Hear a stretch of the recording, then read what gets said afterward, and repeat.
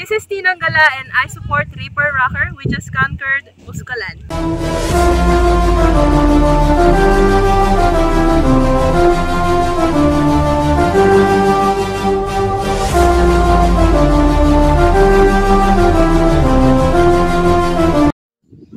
Hello everyone, this is Kian from the Reaper Rocker. Welcome dito sa Reapers Goes 2. Nandito tayo ngayon sa Buskalan. Grabe, napakalamig ngayon at medyo maulan din.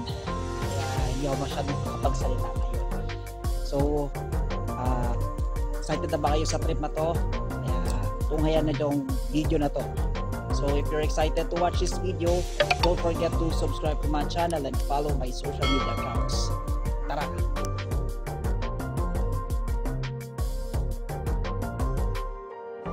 Pumunta kami ni Tinang Gala sa Buskalan para makita si Apo Wangod. At naging joiner kami sa Aling Maliit Tours na nag-offer ng tour papuntang Buskalan. Umalis kami ng Manila noong December 21 at nagstay kami doon ng 2 days and 1 night. Sa haba ng biyahe, talagang nakakapagod at nag-stopover pa nga kami sa Pangasinan para kumain dahil ang total journey namin from Manila to Buskalan ay 12 hours. Makalipas ng ilang mga sigsag ng mga daan at pagkahaba-haba ng biyahe ay nakarating din kami sa Buskalan. Ang Buskalan ay isang mountain village sa Kalinga sa Cordillera.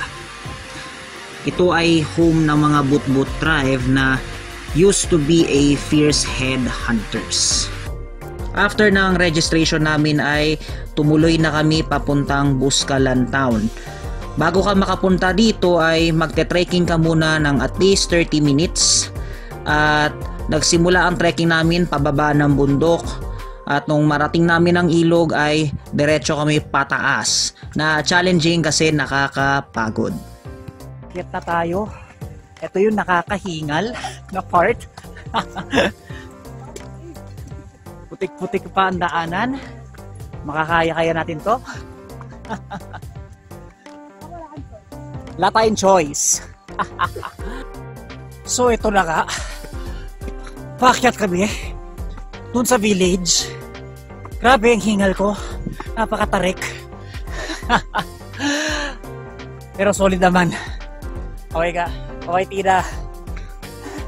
Hingal-hingal. Okay.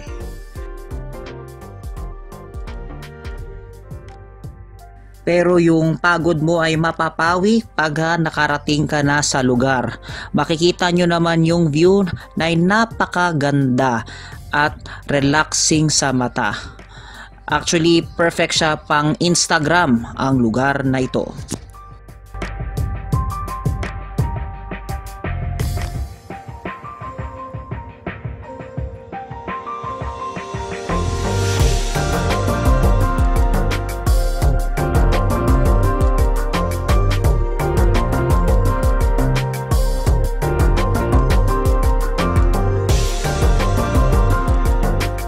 Pagdating sa Buskalan, nag-almusal muna kami. Pagkatapos noon ay naglibot-libot kami sa bayan. At nag-check ako ng mga souvenirs na meron sila at makikita dito yung mga iba't ibang pang-tattoo na device at nag-picture-picture din kami sa mga magagandang scenery dito sa Buskalan.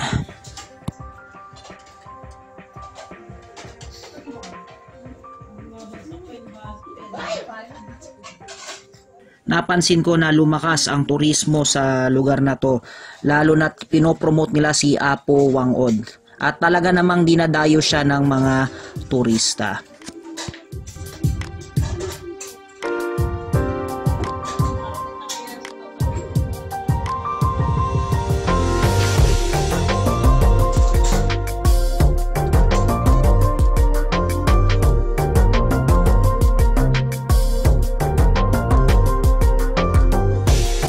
Yung mga ilan sa kasama namin ay nagpatato na din.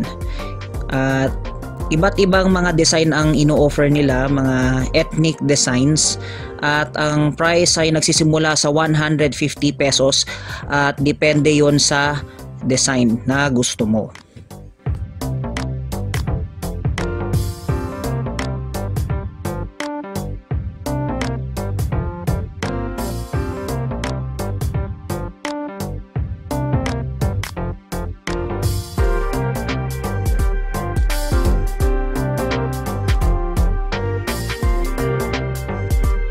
Since first time ko lang magpatato, nung tinitingnan ko yung paraan ng pagtatato nila, medyo kinabahan ako.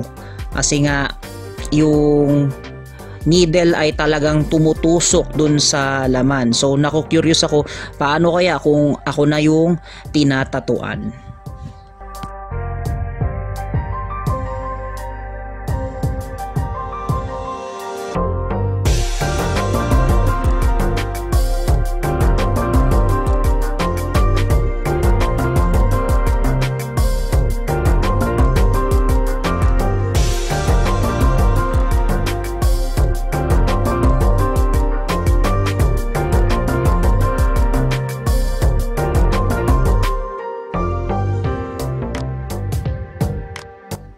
At dahil maulan that time, hindi na kami masyadong naglibot sa Buskalan.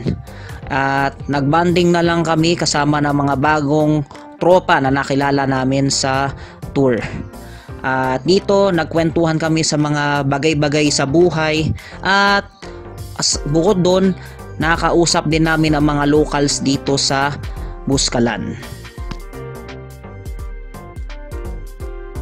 Nagstay kami sa Beb's Homestay at masasabi ko sa lugar na to ay solid siya kasi yung buong bahay ay made of wood at napaka-cozy niya at marerelax ka. Maliit lang siya pero nagkasya kami ng mga kasama ko at mahimbing din yung tulog ko.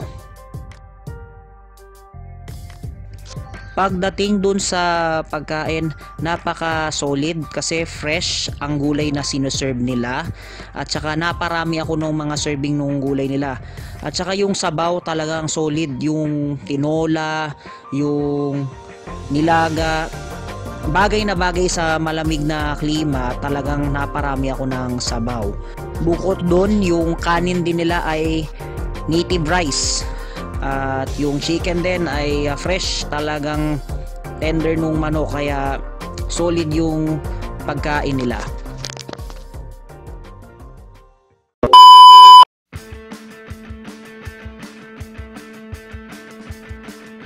So dumating na nga ang ikalawang araw. So ang araw na to ay nagpatato na kami kay Apo Wangod. Swerte that time kasi konti lang yung mga taong nasa pila. Kaya sinamantala na namin nung grupo namin na magpatato.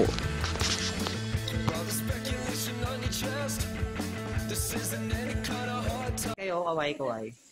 Yun o, kaway sa video. Kaway. So guys, nandito tayo ngayon kay Apo Wangod at magpapatato tayo. Medyo nakakakaba. Wow. Yan siya o. Nakaka-starstruck kasi nandito tayo nun sa mamimit natin ang legendary Last Mamba Bato. At syempre habang tinatatuan yung mga kasama ko, nagsamantala na rin akong idikit ang Reaper Rocker sticker sa lugar ni Apo Wangod. Nung binibidyoan ko yung pagtatato sa mga kasama ko, medyo kinakabahan na ako kasi nakikita ko yung pagpasok nung needles nun sa balat. Yung bumabaon pa lang pero agad-agad nang inaatake ni Wangod yung needle pabalik dun sa balat. At talagang nanunuot yung ink doon sa balat.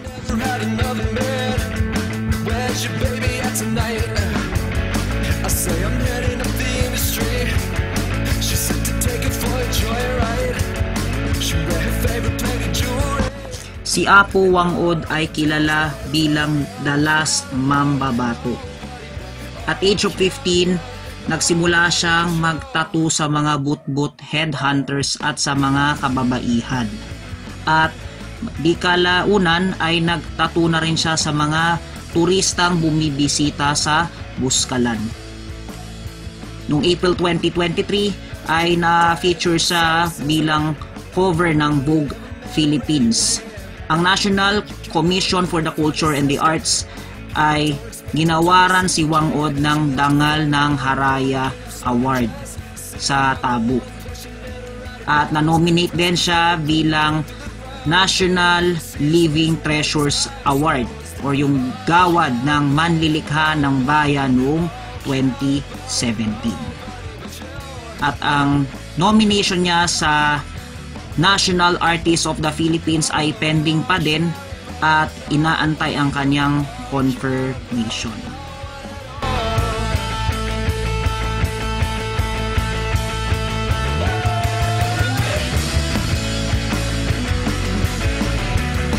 At sinimulan na akong tatuan ni Apo Wang Od. At very first, medyo kinabahan ako nung binigay ko na yung tattoo stick sa kanya. Pero habang ginagawa niya na yung pagtatattoo sa akin, eh wala naman masyado kong naramdaman. Para nga lang akong kinagat ng langgam.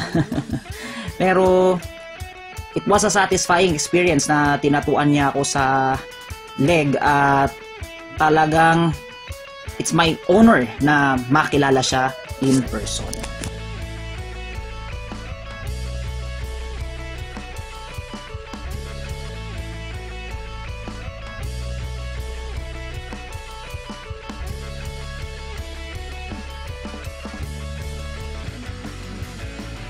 Pagkatapos ng tattoo session ay naghanda na kami para umalis sa Buskalan. She only goes to the mall alone. So there's nothing that she's gotta prove. Praying you are everything you own instead of everything on you.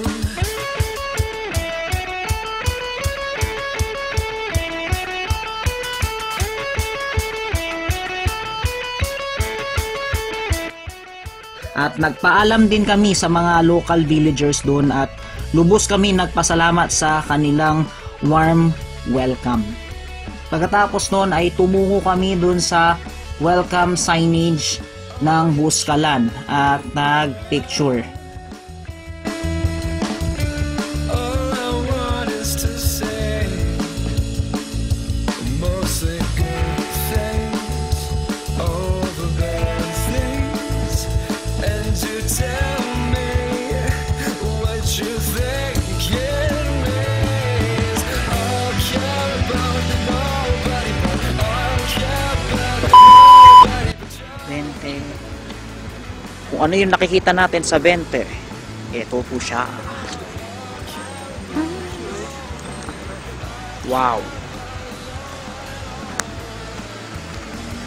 What a majestic beauty. Alright, so that was all for the video for today. At abangan nyo ang part 2 ng ating tour at tutungo tayo sa Banawe Rice Terraces. And let me know in the comment sections anong masasabi nyo sa Buskalan. Kung nakapunta na kayo, share nyo naman yung mga experiences ninyo. Magkita-kita tayo sa susunod na episode ng Rippers Goes To. This is Kian signing off. Rock on, Pilipinas!